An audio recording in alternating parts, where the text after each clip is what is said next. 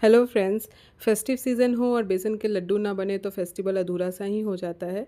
तो चलिए आज हम बनाते हैं बेसन का बहुत ही लाजवाब लड्डू। देखिए लड्डू दिखने में कितने अच्छे लग रहे हैं। ये बिल्कुल मार्केट स्टाइल लड्डू बने हैं, एकदम ही दानेदार और बहुत ही सॉफ्ट है, जो मुंह में जाते ही आपके घुल जाएंगे। और घर पर बहुत ही आसान तरीके से बना सकते हैं। इसे घर पे बनाने के लिए बस आपको थोड़े स्टेप्स फॉलो करने हैं। इनका मेज़रमेंट का बहुत ही ध्यान रखना है, इससे आपके लड्डू जो है बिल्कुल परफेक्ट बनेंगे। तो चलिए हम शुरू करते हैं। आपको यहाँ पर हमने 500 ग्राम बेसन लिया है, जो कटोरी के मेज़रमेंट से 2 कटोरी है। और यहाँ पे 1 चम्मच घी डालेंगे उसके अंदर, और थोड़ा सा 1 या 2 चम्मच हमें दूध मिलाना है, ठंडा दूध। और इसे अच्छे से मसल के हाथों से घी को बेसन में पूरा मिक्स करना है। यहाँ पे जो हम मेज़रमेंट रखेंगे उसे आप ध्यान से रख लीजिए। इस यहाँ हमें 2 कटोरी अगर हम बेसन ले रहे हैं तो 1 कटोरी हमें चीनी लेनी है, और उसी कटोरी से आधी कटोरी के लगभग में घी लेना है। यही मेज़रमेंट को आपको फॉलो करना है। अगर आप 2-3 कटोरी या 4 कटोरी बेसन लेते हैं तो 2 कटोरी चीनी लें और 1 कटोरी घी लें। जब यहाँ पे बेसन अच्छे तरीके से मिक्स हो जाएगा, उसके बाद हम इसे छन्नी से छान लेंगे, क्योंकि जितने भी अगर लम्स पड़ गए हैं, कुछ भी इसमें लम्स है, तो वो अच्छे तरीके से छन जाए और जो बेसन है वो बिल्कुल स्मूथ हो जाए। तो इस प्रोसेस को करने से जो बेसन है उसका टेक्सचर जो है वो बिल्कुल दानेदार हो जाता है, जिसकी वजह से जो लड्डू है वो बहुत ही परफेक्ट निकल के आता है, बहुत ही टेस्टी बनता है। अब हमारा नेक्स्ट प्रोसेस जो है वो भूरा बनाने का प्रोसेस है। ये लड्डू में मिलाया जाता है, बेसन का लड्डू में, जिससे लड्डू जो है दानेदार और कुरकुरे से क्रंची से बनते हैं। वैसे तो भूरा मार्केट में भी मिलता है, पर कोशिश करें कि घर में बनाएं, जिससे ये बिल्कुल हाइजीनिक और शुद्ध लड्डू बन के तैयार हो। तो भूरा बनाने के लिए हमने यहाँ पे 1 कटोरी, उसी कटोरी के मेजरमेंट से चीनी लिया है, और उसमें आधा कटोरी आप पानी ऐड करें और इसे गैस पे बॉईल करें। तो आप इस तरह से देख सकते हैं 4-5 मिनट बॉईल करने के बाद इसमें झाग सी बनने लगेगी। इस स्टेज पे हमें इसमें आधा चम्मच घी ऐड कर देना है, और इसे कंटिन्यूअसली हमें स्टर करना है। इस बात का बहुत ध्यान रखना है कि जब भी हम भूरा बनाएं, इसे स्टार्टिंग से एंड तक हमें कंटिन्यूअसली हिलाते रहना है, इसे कड़छी से हमें मिलाते रहना है।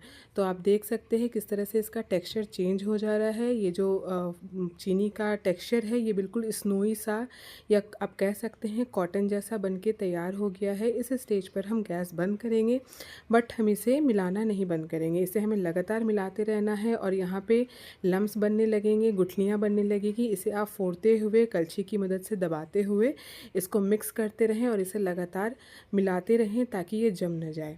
और इसे फटाफट से हम कढ़ाई से इसे बाहर करेंगे। उससे पहले आप ग्लास या कटोरी की मदद से इसको अच्छे से क्रश कर ले, कि जो भी बचे हुए गुठली या लम्स हैं वो मिल जाए और भूरे का टेक्सचर बिल्कुल अच्छे से तैयार हो।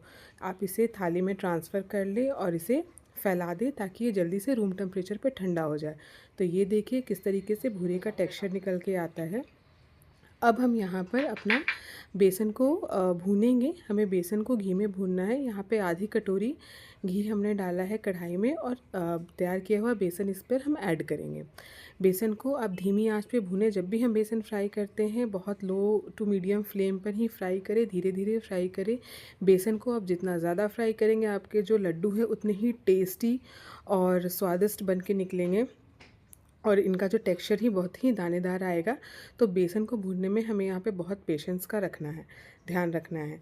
तो यहाँ पे फिर एक बार 4 से 5 मिनट बेसन भूनने के बाद आप थोड़ा सा इसमें घी ऐड करें, और अच्छे तरीके से मिक्स करते हुए धीरे धीरे लो फ्लेम पे बेसन को भूनने लगे। उसमें अंदर बहुत ही अच्छी खुशबू आने लगेगी, और हमें वेट करना है। इसका कलर थोड़ा टर्न हो जाएगा, हल्का सा ब्राउन या फिर आप बिस्किट कलर का कह सकते हैं। उस स्टेज को हमें बेसन को उस स्टेज तक हमें बेसन को भूनते रहना है।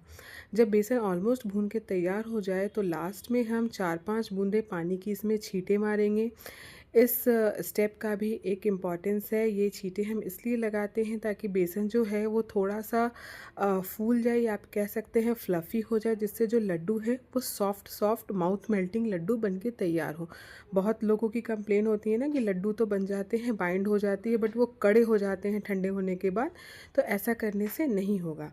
तो जैसे ही आपका बेसन भुन जाए अच्छी तरीके से, उसमें अच्छा कलर आ जाए, आप उसे फटाफट से किसी बड़े बर्तन में ट्रांसफ़र कर ले और उसे ठंडा कर ले।